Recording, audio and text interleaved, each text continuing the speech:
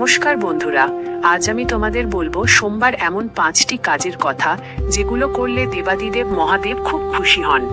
হিন্দু ধর্মে সোমবারকে মহাদেবের দিন বলা হয়। এই দিনে ভক্তিভরে শিবের আরাধনা করলে জীবনের অনেক সমস্যা দূর হয় বলে বিশ্বাস করা হয়। তো চলুন জেনে নেওয়া যাক সেই 5টি কাজ কি কি।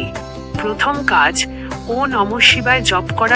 সোমবার সকালে স্নান করে শান্ত মনে ও নমঃ শিবায় মন্ত্র জপ করলে মন শান্ত হয় এবং মহাদেবের আশীর্বাদ পাওয়া যায়। বলা হয় এই মন্ত্রের শক্তি মানুষের ভয়, দুঃখ আর নেতিবাচক চিন্তা দূর করে। দ্বিতীয় কাজ, শিবলিঙ্গে জল ও দুধ অর্পণ করা। সোমবার শিবলিঙ্গে জল, দুধ বা গঙ্গা জল অর্পণ করা খুব শুভ বলে মনে করা হয়। ভক্তিভরে জল ঢালার সময় যদি মনে মনে নিজের ইচ্ছা বা প্রার্থনা বলা যায়, তাহলে মহাদেব তা শোনেন বলেই বিশ্বাস। তৃতীয় কাজ, বেলপাতা অর্পণ করা। মহাদেবের সবচেয়ে প্রিয় জিনিসগুলোর মধ্যে একটি হলো বেলপাতা। সোমবার শিবলিঙ্গে 3 পাতা যুক্ত বেলপাতা অর্পণ করলে মহাদেব খুব সন্তুষ্ট হন।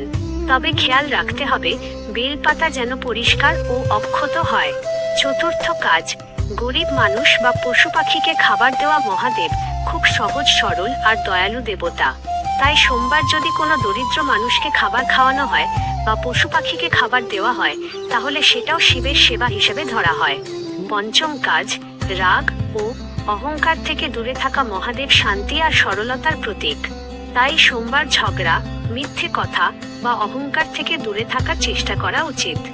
শান্ত মন আর ভালো ব্যবহারই মহাদেবকে সবচেয়ে বেশি খুশি করে। বন্ধুরা, মহাদেব কখনো বড় আয়োজন দেখেন না, তিনি শুধু ভক্তের সত্যিকারের ভক্তি আর ভালোবাসা দেখেন। তাই মন থেকে একবার হর হর মহাদেব বললেও তিনি ভক্তের ডাকে সাড়া দেন। তাই আগামী সোমবার থেকে এই 5টি কাজ করার চেষ্টা করুন আর ভক্তি ভরে বলুন, হর হর।